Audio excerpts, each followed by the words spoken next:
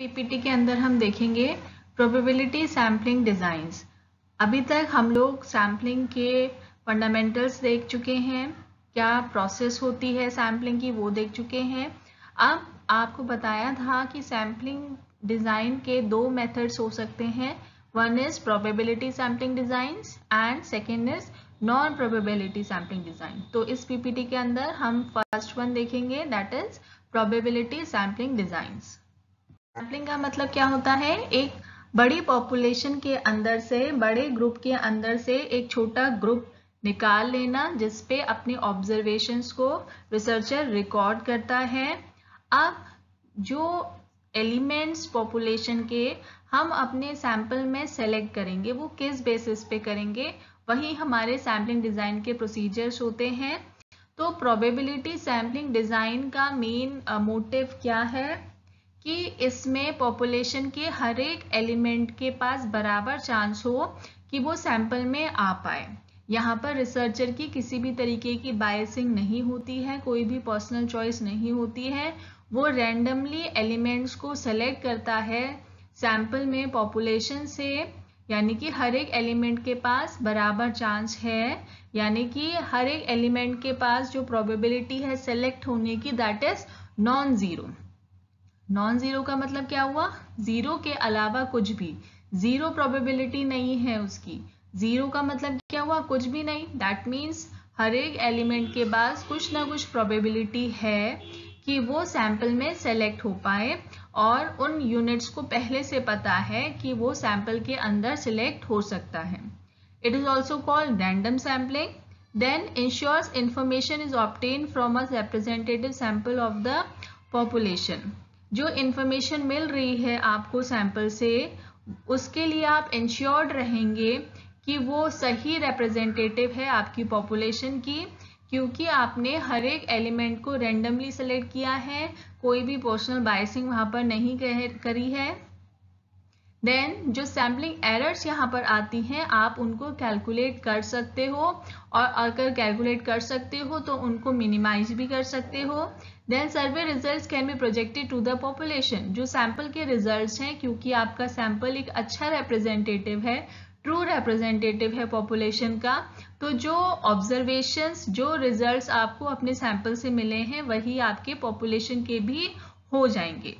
Then more expensive than non probability samples. यहाँ पर क्या है कि ये जो नॉन प्रोबेबिलिटी सैम्पलिंग है, जो मेथड्स हैं उनसे थोड़ा सा एक्सपेंसिव होता है। यहाँ पर क्या है, हर एक एलिमेंट के पास बराबर चांस है इंक्लूड होने का।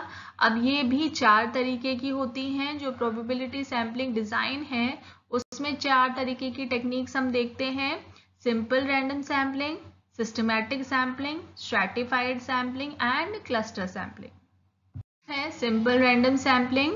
इस तरीके की टेक्निक में हम रैंडमली पॉपुलेशन में से कोई भी नंबर कहीं से भी सेलेक्ट कर लेते हैं, मतलब हर एक एलिमेंट को हमने बराबर चांस दिया है कि कितने एलिमेंट्स को हम उसमें इंक्लूड करेंगे। Then equal probability of selection for each member. हर एक एलिमेंट के पास बराबर प्रोबेबिलिटी है, और ये प्रोबेबिलिटी कितनी होगी? जितना आपका सैंपल साइज है divided by total population size. से सपोज आप 20 का अपना सैंपल साइज लेना चाह रहे हैं और पॉपुलेशन आपकी 100 की है, तो हर एक एलिमेंट के पास 20/100 की प्रोबेबिलिटी होगी, जो कि इक्वल होगी सैंपल में आने की। अब ये रैंडम नंबर आप किस तरह से सेलेक्ट करते हैं? रैंडमली आप रैंडम नंबर टेबल से या फिर रैंडम नंबर जनरेटर की हेल्प से रैंडमली कोई भी नंबर को सेलेक्ट कर सकते हैं। से सपोज आपको कोई भी रिसर्च कंडक्ट करनी है, कोई स्कूल के स्टूडेंट्स के ऊपर सेलेक्ट करनी है, आप उनसे कुछ सर्वे करना चाहते हैं about the teaching environment of the school और कॉलेज, तो आप क्या करेंगे? रैंडमली सबसे पहले आप एक सैम्पलिंग फ्रेम तैयार करेंगे। सैम्पलिंग फ्रेम का मतलब क्या होगा? पूरे स्टूडेंट्स की एक लिस्ट। अब उस लिस्ट के अंदर से आप रैंडमली मार्क कर लेंगे कि किन किन स्टूडेंट्स को आपको अपने सैंपल में लेना है। तो ये आप उन बच्चों को जानते नहीं हैं, ना किसी से उनके बारे में पूछ रहे हैं कि मुझे किस स्टूडेंट को लेना चाहिए। आपने रैंडमली कहीं से भी बच्चे पिक कर लिए अपने सैंपल के लिए, तो हर एक एलिमेंट के पास, हर एक स्टूडेंट के पास बराबर चांस होगा कि वो सैंपल में आ पाए। In kind of technique is systematic sampling. अब सिस्टमैटिक सैम्पलिंग में क्या है कि आपको एक सिस्टम डेवलप करना पड़ता है। रैंडमली तो सेलेक्ट करेंगे ही, लेकिन रैंडमली करने के लिए भी एक सिस्टम आप डेवलप करेंगे जिसके बेसिस पे आप रैंडमली एलिमेंट्स को पिक करेंगे। जैसे कि मान लीजिए आप पहले पॉपुलेशन को, अगर 100 की पॉपुलेशन है आपकी, तो 1 से लेके 100 हर एक एलिमेंट को आप एक नंबर असाइन करेंगे। ठीक है, अब हर एक एलिमेंट को आपने एक नंबर असाइन कर दिया, फिर उसके बाद एक स्टार्टिंग पॉइंट ढूंढेंगे। इमेजिन करेंगे, सपोज करेंगे, से सपोज आपको स्टार्ट करना है 4th एलिमेंट से। अब 4th एलिमेंट से हर एक kth एलिमेंट आप सेलेक्ट करेंगे अपने सैंपल के लिए। अब ये kth एलिमेंट कैसे होगा, ये k की वैल्यू हम कैसे फाइंड आउट करेंगे वो देखते हैं। k की वैल्यू कैसे फाइंड आउट करते हैं, सबसे पहले तो आप 100 तक, अगर आपका 100 का पॉपुलेशन है तो आप जितने भी एलिमेंट्स हैं 1 से लेकर 100 तक हर एक एलिमेंट को एक नंबर असाइन कर देंगे। जैसे कि फर्स्ट एलिमेंट को आपने 1 नंबर असाइन कर दिया, 2, then 3, then 4, then 5 and so on up till 100। ठीक है, अगर 100 स्टूडेंट्स हैं तो आपने 100 स्टूडेंट्स को, सारे स्टूडेंट्स को एक एक नंबर असाइन कर दिया, 1, 2, 3, 4 अप टिल 100। अब क्या करेंगे, आप सैंपल साइज तैयार करेंगे, डिसाइड करेंगे जितने की आपको रिक्वायरमेंट है। स्मॉल n की वैल्यू फाइंड आउट करनी है। स्मॉल n क्या है, आपके सैंपल का साइज। अगर आप 20 पे स्टडी कंडक्ट करना चाह रहे हो तो n की वैल्यू यहाँ पर कितनी हो जाएगी, 20। Then find k। अब k क्या होगा, capital N by small n। Capital N क्या है, पॉपुलेशन का साइज, स्मॉल n क्या है, आपके सैंपल का साइज। तो k की वैल्यू का क्या आ गई इस एग्जाम्पल में, 100 is our capital N and 20 is our small n। तो 100 डिवाइडेड बाई 20 दैट इज कितना हो गया आपका, 5।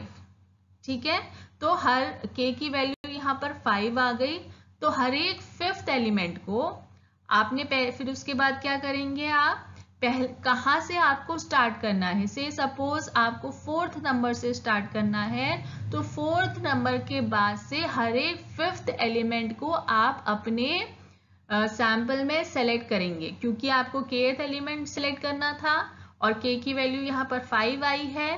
तो 4 के बाद 4 को आपने खुद से सेलेक्ट कर लिया है, मतलब वहां पर कोई आपने सिस्टम यूज नहीं किया है। आप 4th एलिमेंट भी मान सकते हैं आपका इनिशियल पॉइंट, 5 भी मान सकते हैं, 6 भी मान सकते हैं। ठीक है, up to your choice, that is up to your choice. उसके बाद आप क्या करेंगे, हर एक 5th एलिमेंट को सेलेक्ट करेंगे अपने सैंपल के लिए। सैंपल यहाँ पे दिया हुआ है, 1 से लेकर 100 तक हमने अपनी पॉपुलेशन को नंबर असाइन कर दिए। कैपिटल N हो गया हमारा 100, स्मॉल n हो गया 20, तो n बाई n कितना हो गया आपका 5। दैट मीन्स k की वैल्यू यहाँ पर 5 हो गई। अब क्या हो गया, आपको कोई भी रैंडम नंबर सेलेक्ट करना है अपने स्टार्टिंग पॉइंट के लिए, जहां से आपको अपना कैलकुलेशन स्टार्ट करना है, एलिमेंट का सिलेक्शन स्टार्ट करना है। वो रैंडमली आपने कोई भी सेलेक्ट कर लिया। से सपोज यहाँ पर आपने आपका स्टार्टिंग पॉइंट 4 सेलेक्ट कर लिया, तो फर्स्ट नंबर क्या हो गया, फर्स्ट एलिमेंट कौन सा आप सेलेक्ट करेंगे, 4। अब 4 के बाद हर एक kth एलिमेंट, और kth एलिमेंट हमारा मतलब यहाँ पर एग्जाम्पल में क्या हुआ, 5th एलिमेंट। अब 4 के बाद हर एक 5th एलिमेंट को आप सेलेक्ट करेंगे और अपने सैंपल में ले लेंगे। तो देखिए यहाँ पर ये ब्लू कलर से मार्क्ड हैं जो भी एलिमेंट्स आप सेलेक्ट करेंगे अपने सैंपल के अंदर। Third technique is stratified random sampling. अब स्ट्रैटिफाइड रैंडम सैम्पलिंग क्या है, इसमें आप पूरी पॉपुलेशन को स्ट्रेटा में डिवाइड कर लेते हैं। स्ट्रेटा का मतलब क्या हो गया, एक स्मॉल सेक्शन। लेकिन ये जो स्ट्रेटा होंगे, जो डिफरेंट ग्रुप्स होंगे जिसमें आप डिवाइड कर रहे हैं अपनी पॉपुलेशन को, वो आपस में म्यूचुअली एक्सक्लूसिव एंड एग्जॉस्टिव होंगे। म्यूचुअली एक्सक्लूसिव का मतलब मैंने क्या बताया था कि एक बार में एक ही आउटकम आ सकता है, यानी कि एक एलिमेंट अगर एक स्ट्रेटा में एक बार में है तो वो दूसरे स्ट्रेटा में नहीं हो सकता, ठीक है। तो वो जो स्ट्रेटा आप फॉर्म करेंगे वो आपस में म्यूचुअली एक्सक्लूसिव होने चाहिए, और उन स्ट्रेटा में से हर एक स्ट्रेटा में से आपको एलिमेंट्स लेने हैं अपने सैंपल के लिए, ठीक है। मतलब कोई ऐसा नहीं हो सकता कि आपने किसी स्ट्रेटा में से एक भी एलिमेंट ना लिया हो, ठीक है। तो सैंपल के अंदर हर एक स्ट्रेटा के एलिमेंट्स होंगे और उन एलिमेंट्स को मिलकर आपका सैंपल बनाया जाएगा। Is it clear? जैसे यहाँ पर क्या है, एग्जाम्पल दिए हुए हैं, ईयर इन स्कूल। जैसे आप कोई स्टडी कंडक्ट कर रहे हैं, उसके लिए आपने ईयर इन स्कूल के हिसाब से स्ट्रेटा बनाए, यानी कि ईयर कौन से ईयर में है वो कॉलेज का बच्चा, फर्स्ट ईयर में है, सेकंड ईयर में है या थर्ड ईयर में है। तो आपने 3 स्ट्रेटा बना लिए, first year, second year and third year, ठीक है। अब फर्स्ट ईयर में जितने स्टूडेंट्स हैं वो होंगे सेकंड ईयर वाले स्ट्रेटा में, सेकंड ईयर में जितने स्टूडेंट्स हैं वो स्टूडेंट्स आएंगे, और थर्ड ईयर वाले स्ट्रेटा में जितने स्टूडेंट्स थर्ड ईयर में हैं वो सारे आएंगे। और ये तीनों आपस में म्यूचुअली एक्सक्लूसिव हैं। दैट मीन्स जो फर्स्ट ईयर का बच्चा है वो फर्स्ट ईयर वाले स्ट्रेटा में ही होगा, वो सेकेंड ईयर वाले स्ट्रेटा में ऑब्वियसली नहीं हो सकता। Is it clear? और जो थर्ड ईयर वाला स्टूडेंट है वो भी थर्ड ईयर वाले स्ट्रेटा में ही हो सकता है, वो सेकेंड ईयर वाले स्ट्रेटा में नहीं आ सकता। तो ये आपस में म्यूचुअली एक्सक्लूसिव है। और एग्जाम्पल दिया हुआ है ज्योग्राफिक एरिया के हिसाब से भी आप स्ट्रेटा बना सकते हैं। जैसे बरेली के डिफरेंट रीजन आप मान सकते हैं कि आपने पीलीभीत बाईपास रोड का एक एरिया ले लिया, या आपने सिटी का एरिया ले लिया, या सिविल लाइंस का एरिया ले लिया। तो जो पर्सन पीलीभीत बाईपास पे रहता है वो आपका सिटी में नहीं रह सकता, जो सिटी में रहता है वो आपका सिविल लाइंस में नहीं रह सकता, इसलिए ये आपस में म्यूचुअली एक्सक्लूसिव है। प्रोडक्ट यूज, आप 2 प्रोडक्ट्स को आपस में कंपेयर करना चाहते हैं, तो उनके हिसाब से आपने 2 स्ट्रेटा बना लिए। 2 स्ट्रेटा बना के आप क्या करेंगे, जो एक प्रोडक्ट यूज करता है वो एक स्ट्रेटा में होगा, जो दूसरा प्रोडक्ट यूज करता है वो दूसरे स्ट्रेटा में होगा, तो वह आपस में म्यूचुअली एक्सक्लूसिव होंगे। स्टेप्स दिए हुए हैं यहाँ पर। Population is divided into mutually exclusive and exhaustive strata based on an appropriate population characteristic, for example race, age, gender, etc. Then simple random samples are then drawn from each stratum. ठीक है। अब strata का जो singular word है that is stratum, तो हर एक stratum में से आप सिंपल रैंडम सैम्पलिंग के बेसिस पे, जो हमारी फर्स्ट टेक्निक थी उसके बेसिस पे एलिमेंट्स को सेलेक्ट करके अपने सैंपल के अंदर ले लेंगे, ठीक है। वो एग्जाम्पल लेते हैं first year, second year, third year वाला। पहले आपने 3 स्ट्रेटा बनाए, फर्स्ट ईयर, सेकेंड ईयर और थर्ड ईयर। तो फर्स्ट ईयर के स्ट्रेटम में से आपने रैंडमली सिंपल रैंडम सैम्पलिंग के बेसिस पे एलिमेंट सेलेक्ट करे। देन सेकेंड ईयर के स्ट्रेटम में से आपने रैंडमली सेलेक्ट किए बच्चे। देन थर्ड ईयर के स्ट्रेटम में से आपने रैंडमली सेलेक्ट किए, और उन रैंडमली सेलेक्टेड स्टूडेंट्स को मिला के आपने अपना सैंपल बनाया। देखिए एक एग्जाम्पल है, यहाँ पर किसी कंपनी के, अमेरिकन कंपनी के लिस्ट ऑफ क्लाइंट्स हैं। अब रेशियल बेसिस पे, मतलब वो किन रेसेस में को बिलोंग करते हैं उसके बेसिस पे आपने उन क्लाइंट्स को डिवाइड किया हुआ है स्ट्रेटा में, ठीक है। कॉकेजियंस एक ग्रुप हो गया, अफ्रीकन अमेरिकन एक ग्रुप हो गया, और हिस्पैनिकन अमेरिकन एक ग्रुप हो गया, ठीक है। तो कौन कौन सी रेसेस अमेरिका के अंदर हैं, मतलब कि प्रजातियां यूएस के अंदर हैं, उसके बेसिस पे आपने अपने लिस्ट ऑफ क्लाइंट्स को डिफरेंट स्ट्रेटम में डिवाइड कर लिया, ठीक है। अब क्या करना है आपको, इन तीनों, यहाँ पर आपके 3 स्ट्रेटा हैं, अब इन तीनों में से आपको रैंडमली जो क्लाइंट्स हैं उनको सेलेक्ट करना है अपने सैंपल के लिए। अब हर एक स्ट्रेटम के अंदर जितने भी एलिमेंट्स हैं उनके पास इक्वल प्रोबेबिलिटी होगी कि वो आए सैंपल में, क्लियर। अब जैसे आप कॉकेशियन वाला स्ट्रैटम लें, अगर मान लीजिए उसमें जितने नंबर भी एलिमेंट्स हैं, अब वहां पर आपको क्या करना है, n आपको 5 आपको सेलेक्ट करने हैं कॉकेशियन में से, ठीक है। अगर आपको 5 एलिमेंट्स सेलेक्ट करने हैं कॉकेशियन में से और आपकी टोटल जो कॉकेशियंस हैं वो मान लीजिए 20 हैं, तो n by n, small n by capital N, यानी कि 5/20 प्रोबेबिलिटी होगी हर एक एलिमेंट की, हर एक मेंबर की इस स्ट्रेटा में, ताकि वो सैंपल में आ पाए। तो पहले आपको जो स्ट्रेटा में डिवाइड करना है अपनी पॉपुलेशन को, और ये स्ट्रेटा आपस में म्यूचुअली एक्सक्लूसिव होंगे, और इन डिफरेंट स्ट्रेटम में से आपको सिंपल रैंडम सैम्पलिंग के बेसिस पे एलिमेंट्स को सेलेक्ट करके अपना सैंपल तैयार करना है। यानी कि आप रैंडमली कॉकेशियन में से भी कुछ एलिमेंट लेंगे, रैंडमली अफ्रीकन अमेरिकन में से भी कुछ एलिमेंट लेंगे, और रैंडमली ही हिस्पैनिक अमेरिकन में से भी कुछ एलिमेंट्स को लेंगे, और उन सबको मिला के आप अपना सैंपल तैयार करेंगे। ये ध्यान रखिएगा कि जो ये स्ट्रेटा हैं ये आपस में हेट्रोजीनस हैं, लेकिन इनके अंदर के जो एलिमेंट्स हैं वो आपस में होमोजीनस हैं। हेट्रोजीनस और होमोजीनस आप समझते हैं। हेट्रोजीनस का मतलब अलग अलग कैरेक्टरिस्टिक वाले, और होमोजीनस का मतलब सिमिलर कैरेक्टरिस्टिक वाले। तो जो स्ट्रेटा होंगे आपस में वो डिफरेंस रखते होंगे कैरेक्टरिस्टिक के बेसिस पे, लेकिन उन स्ट्रेटम में अंदर जो एलिमेंट्स होंगे वो आपस में उनकी कैरेक्टरिस्टिक मिलती हुई होंगी। स्ट्रैटिफाइड सैंपल भी दो तरीके की होती है, direct proportional stratified sampling and disproportional stratified sampling. अब डायरेक्ट प्रोपोर्शनल स्ट्रैटिफाइड सैम्पलिंग में हम क्या करते हैं, जो भी हमने स्ट्रेटा बनाए हैं, जो भी हमने ग्रुप्स बनाए हैं पॉपुलेशन के, अब उन ग्रुप्स में से जो हमें एलिमेंट्स सेलेक्ट करने हैं वो उसी प्रपोर्शन में सेलेक्ट करेंगे जिस प्रपोर्शन में वो उस पॉपुलेशन के अंदर स्ट्रेटा है। ठीक है, आपकी पॉपुलेशन है उसमें आप मान लीजिए 2500 की पॉपुलेशन है, ठीक है। आपने उसमें फर्स्ट ईयर के स्टूडेंट मान लिए, सॉरी ग्रेजुएशन के स्टूडेंट्स मान लिए आपके 1500 हैं, ठीक है।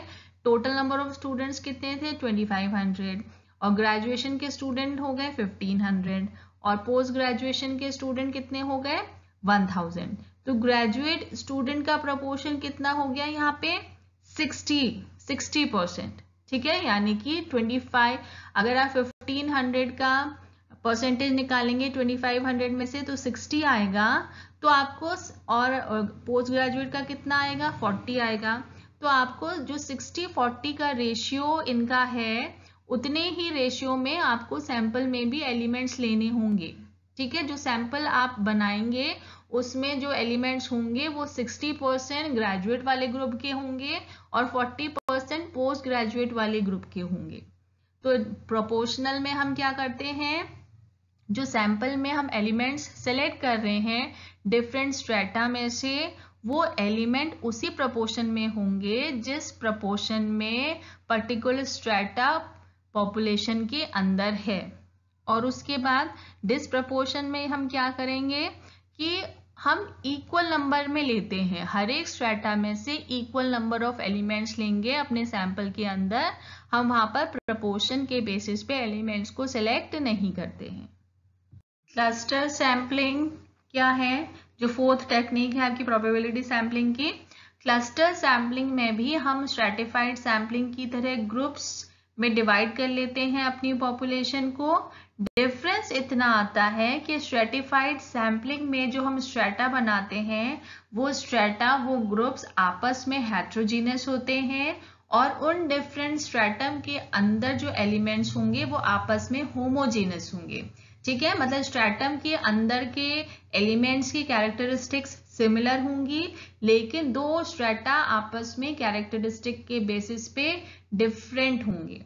लेकिन क्लस्टर सैम्पलिंग में क्या होता है कि जो हम ग्रुप्स फॉर्म कर रहे हैं उन ग्रुप्स के अंदर के एलिमेंट्स आपस में हेट्रोजीनस होंगे। हेट्रोजीनस यानी कि उनका कैरेक्टरिस्टिक डिफरेंट होगा, और ये हम बेसिकली एरिया वाइज जब डिवाइड करते हैं अपनी पॉपुलेशन को, तब हम क्लस्टर सैम्पलिंग को ज्यादा यूज करते हैं। यहाँ पर भी देखिए लिखा हुआ है population is divided into mutually exclusive and exhaustive सब ग्रुप्स। यहाँ पर भी क्या होगा, अगर एक एलिमेंट एक ग्रुप में है तो वो दूसरे ग्रुप में नहीं हो सकता। Ideally each cluster adequately represent the population. यहाँ पर एक जो क्लस्टर है वो पूरी पॉपुलेशन को रिप्रेजेंट करेगा। ऐसा क्यों करेगा, क्योंकि जैसे स्ट्रैटिफाइड में तो वो सिमिलर नेचर के होंगे, लेकिन यहाँ पर क्या है, हर एक नेचर का एलिमेंट आपके क्लस्टर में हो सकता है। दैट मीन्स वो पूरी पॉपुलेशन का एक तरीके का रिप्रेजेंटेशन है। अब क्या होगा, उन डिफरेंट क्लस्टर्स में से भी हम क्या करेंगे, सिंपल रैंडम सैम्पलिंग के बेसिस पे एलिमेंट को सेलेक्ट करेंगे। ऑल और some randomly chosen units in the selected clusters are studied. ठीक है, अब जो भी एलिमेंट्स आपने अपने सैंपल में सिलेक्ट किए हैं उनको आप स्टडी करेंगे। ये देखिए यहाँ पर एग्जाम्पल दिया हुआ है, आपने पॉपुलेशन को ज्योग्राफिक बाउंड्रीज में डिवाइड कर दिया है। ठीक है, अब इन डिफरेंट ज्योग्राफिक बाउंड्रीज के अंदर से आप रैंडमली एलिमेंट्स सेलेक्ट करके अपना सैंपल बनाएंगे। अब देखिए स्ट्रैटिफाइड सैम्पलिंग कहाँ पर ज्यादा यूजफुल है, जहां पर आपको दो ग्रुप्स में कंपैरिजन करना है। ठीक है, तो उस केस में आप स्ट्रैटा फॉर्म करेंगे और जो स्ट्रैटा के अंदर के एलिमेंट्स होंगे वो सिमिलर इन कैरेक्टरिस्टिक्स होंगे और उनमें से आप रैंडमली एलिमेंट्स पिक करके अपना सैंपल बनाएंगे, जिसके बेसिस पे आप डिफरेंट स्ट्रैटम को आपस में कंपेयर करेंगे। और क्या फायदा है आपके स्ट्रैटिफाइड सैम्पलिंग का, कि इससे जो सैम्पलिंग एरर्स हैं वो कुछ हद तक रिड्यूस हो जाती हैं। अब क्लस्टर सैम्पलिंग को कब यूज करेंगे, जब आपका कॉस्ट अटैच है डिफरेंट लोकेशंस तक पहुंचने में। क्या है, if there are substantial fixed cost associated with each data collection location. अगर आपका एरिया बहुत बड़ा है, ठीक है, बहुत बड़ी आपकी पॉपुलेशन, बहुत बड़ी एरिया में स्कैटर्ड है आपकी पॉपुलेशन, तो उस केस में क्या होगा, हर एक एलिमेंट तक पहुंचना काफी कॉस्ट बढ़ाएगा। तो उस केस में आप क्लस्टर सैम्पलिंग यूज करेंगे। और क्या होगा, when there is a list of clusters but not of individual population members. जब आपके पास क्लस्टर की तो लिस्ट है, आप किसी कंट्री में सर्वे कर रहे हैं तो वहां पर आपके पास स्टेट्स की तो लिस्ट है, लेकिन उन स्टेट्स के अंदर रहने वाले इंडिविजुअल्स की लिस्ट नहीं है। मतलब कि एलिमेंट्स की लिस्ट नहीं है, लेकिन क्लस्टर्स की लिस्ट है, ग्रुप्स की लिस्ट है। उस केस में आप क्लस्टर सैम्पलिंग को यूज करते हैं। इसे प्रोबेबिलिटी सैम्पलिंग डिजाइन के मेरिट्स बताइए।